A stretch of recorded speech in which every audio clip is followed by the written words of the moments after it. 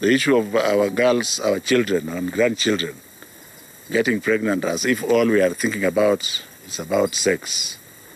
I am going to lobby the cabinet, and by extension His Excellency the President, so that they consider changing the law to block information related to pornography from being accessed by all and sundry in this country. I think it is wise and it is proper to call a spade a spade.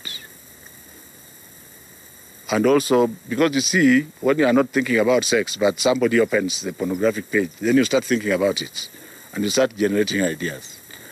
By the way, why is that site accessible in Kenya? Who needs it? So don't tell us that because it is accessible in the US, it should be accessible here. There are many countries, both African and Asian, that have blocked it, and their culture is better. So I would like you, members of the Fourth Estate, to carry that message.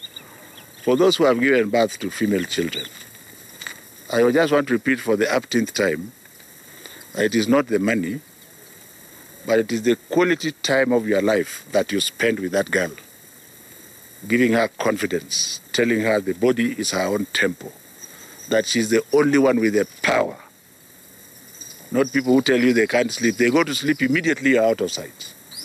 There's nobody who will tell you, oh, he can't sleep when he's thinking about you. He wants what is in between your legs. And the power is with you.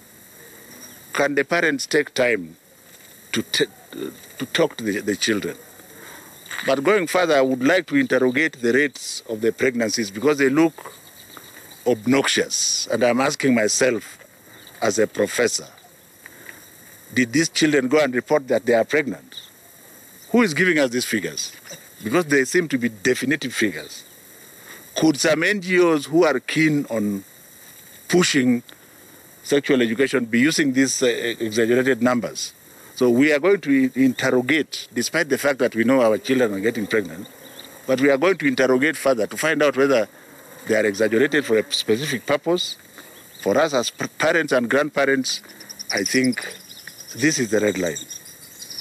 And if government finds out or catches anybody who has violated a minor, how I wish I had the power to do even more than just jailing that person. There are certain things that we will have to do before we open. We are taking stock of what is required. I think you already know the issue of the masks. We are now at a stage where we are creating a prototype mask. The prototype mask is being created by the NYS, where we have looked at, with the Ministry of Health, the expert there, we are looking at the material and the various sizes of masks.